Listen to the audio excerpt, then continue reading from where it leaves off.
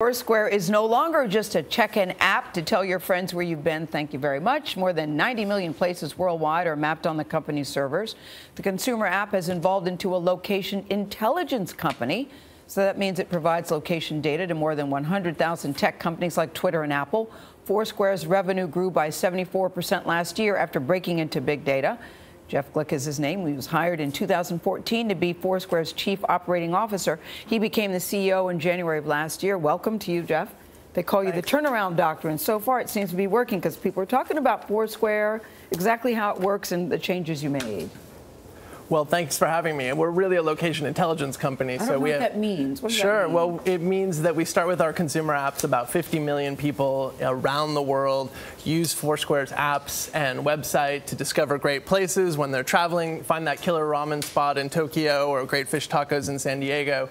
They also log where they go, checking in on Foursquare Swarm app, so they can remember that wonderful spot, the spicy banh mi sandwich they found in the Lower East Side, and remember their travel. So through that, we map the world, and so we create maps of the world that let advertisers, 50 of the biggest advertisers of the top 100, use our services to find the kind of people with the lifestyles that would be interested in their products. We also power 100,000 tech companies. We help Apple and Twitter and Samsung and Snapchat make better sort of geo features around the world, and we also do analytics. So a lot of leading retailers and hedge funds use our aggregate anonymous data to know who's up and who's down in the business world. 92% of spending is still offline. Yeah, the predictions you've made have been very interesting. You predicted something would happen with Chipotle. That was right. That turned out to be correct. And just this week, you said that tourism is down in the United States, and you know that why? So from our 50 million users around the world, about 13 million have opted into the research panel, and that lets us understand how travelers are moving between countries. And so we've seen from October to March, the U.S. share of leisure tourism activity globally is down about 11%.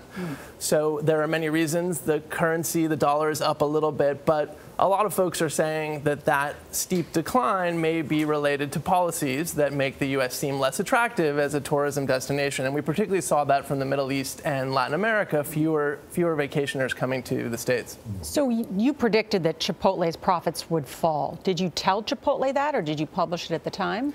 So we went on TV 2 weeks before their earnings and said, we predict that Chipotle sales will be down about 30% year over year. 2 weeks later, they came out with their number. It was down 29.7. So we were, pretty close. Anybody that you can predict this morning whose profits may be down based on numbers that you're seeing?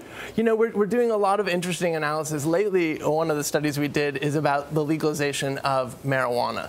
What does that do to liquor sales? A lot of folks were wondering. So there are 4 states that have legalized cannabis. We took a look at Oregon, which has legalized for over a year now. And the question was, would people, frequent liquor stores less? We did see a drop in growth for liquor stores. Wow. But interestingly enough, bars and nightclubs held completely steady. So people might Netflix and chill with cannabis instead of alcohol, but they still want real human contact, and they're still going out.